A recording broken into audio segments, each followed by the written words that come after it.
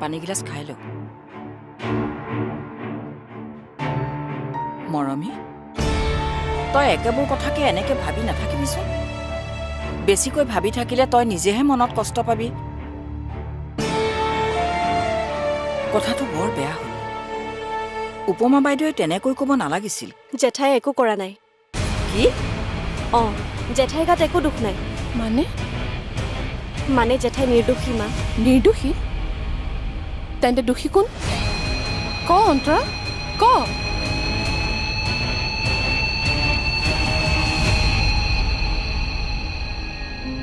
তুমি কৈছা যেতিয়া মই তোমাক মন্দিৰলৈ লৈ যাম বাৰু কিন্তু এটা কথা মনত ৰাখিবা কি কথা তোমাৰ একমাত্ৰ বোৱাৰী সৰ্বশ্ৰেষ্ঠ বোৱাৰী বুলি মনত এটা ভুল ধাৰণা লৈ নাথাকিবা কিনো কথাবোৰ কৈ থাকে আপুনি দুহিতাতকৈ বেছি ৰূপৱতী গুণৱতী বোৱাৰী বহুত আছে তোমাৰ ল'ৰাই বিয়া পাতি ঘৰত সোমোৱালেহি কাৰণে আনন্দত ইমান উতিবাহি নুফুৰিবা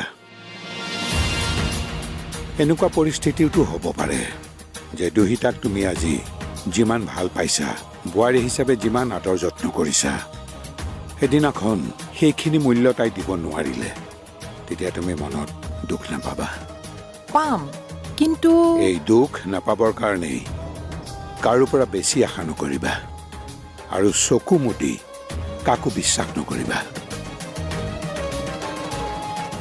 দুহিতাৰ পৰা মৰম চেনেহ সদায় পাই থাকিম বুলি মৰিচিকা খেতি নকৰিবা যদি এইবোৰ ভবামতে নোপোৱা মনত কিন্তু বৰ কষ্ট পাবা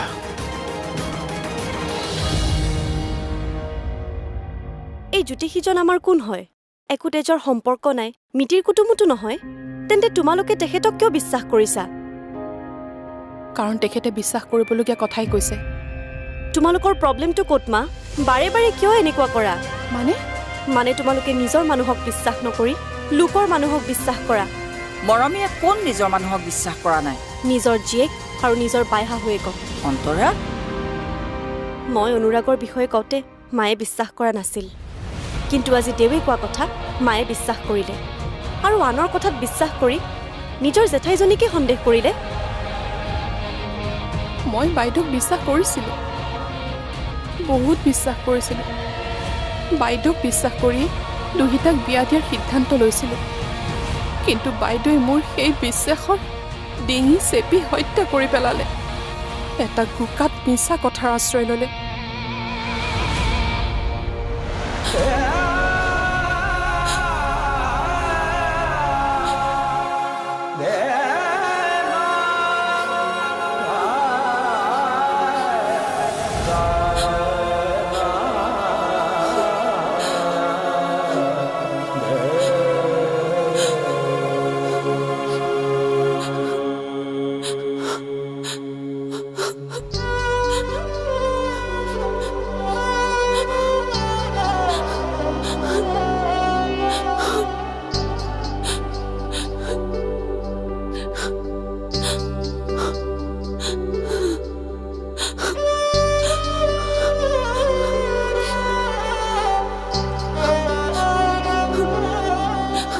সাংসাৰিক জীৱনটো সুখৰ হওক বুলি ভাবি তাইক আমি বিয়া দিছিলোঁ কিন্তু বিয়াৰ দিনাখনেই তাই জীৱনৰ কম ডাঙৰ দুখটো পালেনে মা তোৰ পৰীক্ষাৰ ৰিজাল্টৰ খবৰ ল'বলৈও তাইক আমাৰ ঘৰলৈ আহিবলৈ অনুমতি দিয়া হ'লনে সেই বিশেষ দিনটোত তাই আমাক লগ নাপায় তাইৰ মনটোৱে চাগে কিমান কান্দিছে সময় আৰু পৰিস্থিতিয়ে তাইক যদি আজিও কন্দুৱাইছে তেনেহ'লে সেই কথাটোতো আমি গম নাপাম দুহিতাই জীয়ৰী জীৱনত ইমান দুখ পোৱা নাছিল যিমানখিনি তাই বোৱাৰী জীৱনৰ আৰম্ভণিতে পাইছে দুহিতাই মুখেৰে একো নামাতি কোনো প্ৰতিবাদ নকৰি সকলো সহি থাকিব ঠিকেই কিন্তু তেনে কৰিলে তাই দেখোন গোটেই জীৱনটো দুখী হৈ থাকি সদায় চকু পানীয়ে টুকি থাকিব লাগিব আৰু এয়া হ'ব কেৱল উপমা বাইদেৱে কোৱা সেই মিছা কথাটোৰ বাবে যিটো কথাৰ ওপৰত নিৰ্ভৰ কৰি আমি তাইৰ জীৱনৰ আটাইতকৈ ডাঙৰ সিদ্ধান্তটো লৈছিলোঁ কি সিদ্ধান্ত দুহিতাক বিয়া দিয়াৰ সিদ্ধান্ত ঠিকেই আৰু সেই সিদ্ধান্তটোৱেই দুহিতাৰ জীৱনটোকে সলনি কৰি পেলালে দুহিতাৰ দুখৰ আচল কাৰণটো হ'ল কেৱল বাইদেউ মা প্লিজ জেঠাইক আৰু ব্লেম নিদিবা কি অঁ, কাৰণ মোৰ এনে লাগিছে বাৰ বিয়াত হোৱাৰ গণ্ডগোলটোৰ কথা জানিয়েই জ্যোতিষীজনে নিজৰ কথা সলনি কৰিছে, যাতে তেখেতৰ গণনা ভুল বুলি প্ৰমাণিত নহয়। অন্তৰা, আৰু বাৰ সংসাৰখন যদি ভাঙি যায় আৰু তাৰ বাবে বায়ে দুখ পাব লগাও হয়, সেয়া জেঠাইৰ বাবে নহয়, তেন্তে কাৰ বাবে? বিক্ৰান্ত চলিহাৰ বাবে।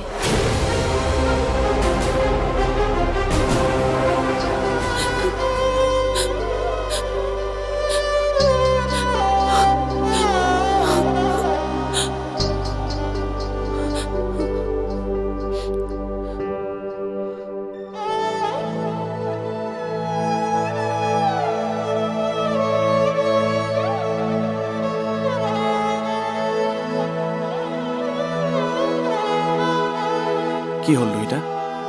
কিয় কান্দিছা তুমি? এতিয়া একো নক'বা যে একো হোৱা নাই বুলি। মানে মই ঘৰলৈ মনত পৰিছে? অকল এইটোৱেই কাৰণ নে বেলেগ কিবা কথা আছে? মোৰ লগা নাই যে ইয়াৰ কাৰণ এইটোৱেই।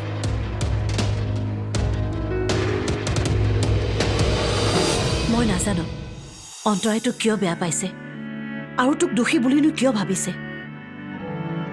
কিন্তু তহঁতৰ মাজৰ এই ভুল বুজাবুজি তহঁতেই নাইকিয়া কৰিব লাগিব। কিন্তু কেনেকৈ? সেয়া মই নাজানো। তহঁতৰ সংসাৰখনৰ মাজত লগা আউলবোৰ তহঁতে শেষ নকৰিলে কোনে কৰিব কচোন?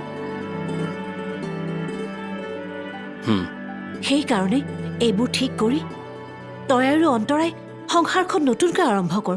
কিন্তু মা, কিন্তু তাৰ বাবে তই প্ৰথমে অন্তৰাক এইখন ঘৰলৈ আনিব লাগিব। সংসাৰখনৰ সমস্যাবোৰ সমাধান কৰিবলৈ দুয়োটাই একেলগে থকাটো বৰ জৰুৰী। অন্তৰা জানো এখন ঘৰলৈ আহিব মা? সিহঁতৰ ঘৰলৈ খবৰ পঠিয়াইছো যদিও এতিয়ালৈকে অন্তৰাৰ পৰা কোনো উত্তৰ অহা নাই। সেইকাৰণে কাইলৈ তই তেজপুৰলৈ যা, মানে অন্তৰাৰ ঘৰলৈ। কি? অঁ, আমাৰ বোৱাৰীজনীক লৈ আহ অনুৰাগ। এখেতকতো বাইদেৱে ডাঙৰ কৰিছিল, পঢ়াই লিখাই খুটি খাব পৰা কৰিছিল। তাতে তইতো জানই আমাৰ বিয়াও দেখোন বাইদেৱে পাতি দিছিল। ঠিকেই, উপমা বাইদেউ নোহোৱা হ'লে তহঁতৰ বিয়াখন নহ'লেইহেঁতেন। আমাৰ বিয়াখন বাইদেৱে পাতি দিয়াৰ কাৰণেইতো আমি দুহিতাৰ বিয়াৰ দায়িত্ব বাইদেউকে দিছিলোঁ। বহুত বিশ্বাস কৰিছিলোঁ বাইদেউ, কিন্তু বাইদেৱে আমাৰ বিশ্বাস আৰু সন্মানৰ মান ৰাখিব নোৱাৰিলে। কিন্তু উপমা বাইদেউ কিয় তেনেকুৱা কৰিলে? সেই প্ৰশ্নৰ উত্তৰ কেৱল বাইদেৱে দিব পাৰিব। সেইকাৰণে সেই প্ৰশ্ন মই বাইদেউক সুধিম। সুধিবি, কথাবোৰ খোলাখুলি হোৱাই ভাল। মোৰ বোধেৰে উপমা বাইদেৱে জ্যোতিষীৰ কথাবোৰ নোকোৱাৰ আঁৰত নিশ্চয় কিবা এটা ৰহস্য আছে। মানে বিশেষ কিবা কাৰণ নাথাকিলে জ্যোতিষীৰ ইমান ডাঙৰ ভৱিষ্যতবাণী এটা উপমা বাইদেৱে পৰিয়ালৰ মানুহৰ পৰা কিয় লুকুৱাব? তই কথাটো এবাৰ নিজেই ভাবিছাচোন। সঁচাকৈ বেলেগ কথা নাইতো দুইটা? নাই। চোৱা দুইটা, মই তোমাক চকু পানী টুকিবলৈ এইখন ঘৰলৈ বিয়া পাতি অনা নাই। তুমি ছোৱালী জীৱনত নোপোৱা সকলোখিনি সুখ মই দিব খোজো। তোমাৰ হাঁহিৰ কাৰণ মই হ'ব খোজো। তাৰ পিছতো যদি তুমি এনেকৈ কান্দি থাকা, মোৰ কেনেকুৱা লাগিব কোৱাচোন? তুমি দেখোন মোক ফেইলিয়ৰ কৰি দিলা। তেনেকৈ কিয় কৈছে? ক'বলৈ বাধ্য হৈছোঁ মই, কাৰণ মই বেষ্ট হাজবেণ্ড হ'ব খোজো, তোমাৰ ছাপৰ্ট ছিষ্টেম হ'ব বিচাৰিছোঁ। মোৰ কাষত থাকিলে যাতে তোমাৰ পৃথিৱীৰ একো কথাই মনত নপৰে, মই সেইটো বিচাৰোঁ। তাৰ পাছতো যদি তুমি কিছুমান কথা মনত পেলাই এনেকৈ কান্দি থাকা, তেন্তে মই জিকিব খুজিও নিজৰ চকুত হাৰি যাওঁ। কি? অঁ, আৰু মই হাৰি বহুত বেয়া পাওঁ। সেইকাৰণে প্লিজ দুহিতা, মোক হাৰিব নিদিবা।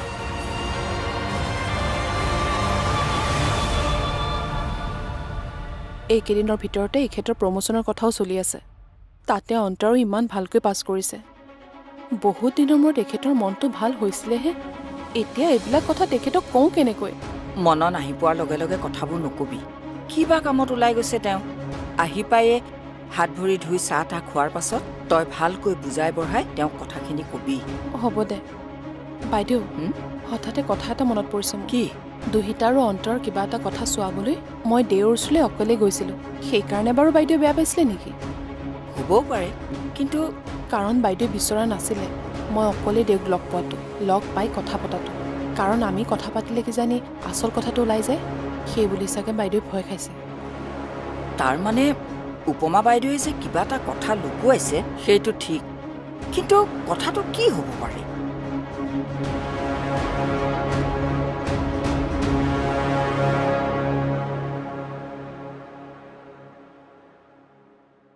হেৰি, কাইলৈ অনুৰাগ তেজপুৰলৈ যাব। সঁচা? অঁ, অন্তৰাক লগ কৰিবলৈ। তাৰমানে সি যাবলৈ ৰাজি হ'ল? অঁ, হ'ল। উফ, কথাষাৰ শুনিবোৰ বুকুখন একেবাৰে হাত পৰি গৈছে। তাকেই। এটা কাম কৰোঁ নহ'লে, কি কাম? আমিও কালিলৈ তালৈকে যাওঁ। মানে তেজপুৰলৈ? অঁ, বোৱাৰী যদি সন্মানে ঘৰলৈ লৈ আনো। নাই, নালাগে। কিয় নালাগে?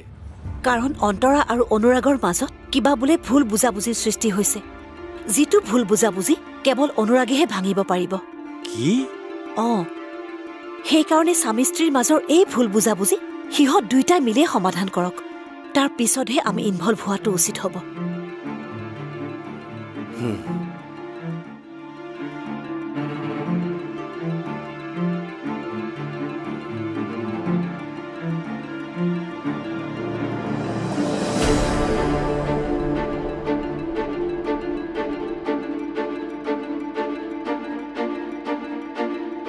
তই যি কৰিলি বহুত বেয়া কাম কৰিলি অন্তৰা।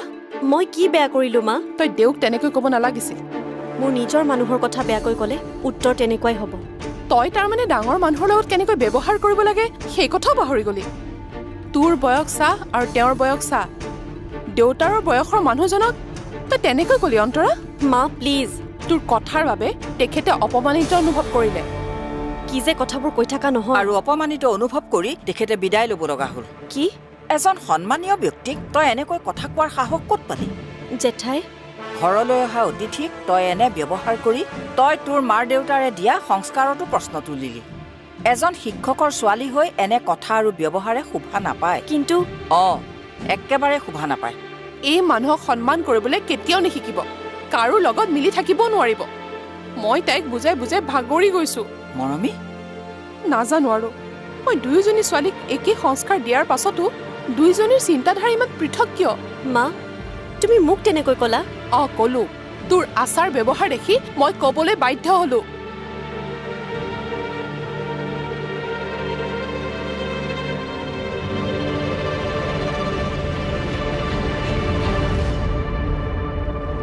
তুমি কি ভাবা অন্তৰা বাৰু আমাৰ ঘৰলৈ উভতি আহিবনে? অঁ, আহিব। কিয় নাহিব বাৰু? আৰু যদি নাহে? আপুনি মুখত আহিল বুলিয়েই যিকোনো কথা কৈ নাথাকিবচোন। মোৰ কিন্তু মনটোৱে সেই কথাই ইংগিত দিছে। কিয়? কাৰণ অন্তৰাৰ ঘৰৰ পৰা এতিয়ালৈকে কোনো খবৰে অহা নাই।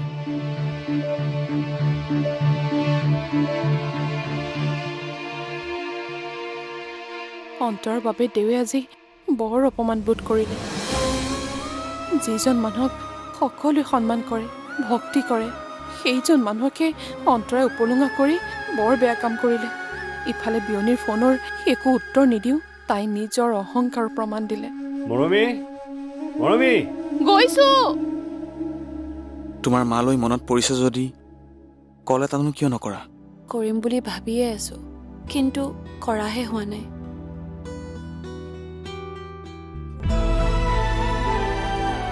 তুমি এইখন ঘৰৰ বোৱাৰী হোৱাৰ আগতে সেইখন ঘৰৰ জীয়ৰী। সেইকাৰণে তুমি মোৰ মা দেউতাৰ কেয়াৰ লওঁতেই নিজৰ মা দেউতাৰ কেয়াৰ ল'বলৈ পাহৰি নাযাবা। আৰু এইখন ঘৰৰ কাম কৰোঁতে নিজৰ কথা ভাবিবলৈও পাহৰি নাযাবা। অকল কৰি থাকিলেই নহয়, মই কি কৈছোঁ বুজি পাইছাতো? বুজিছো।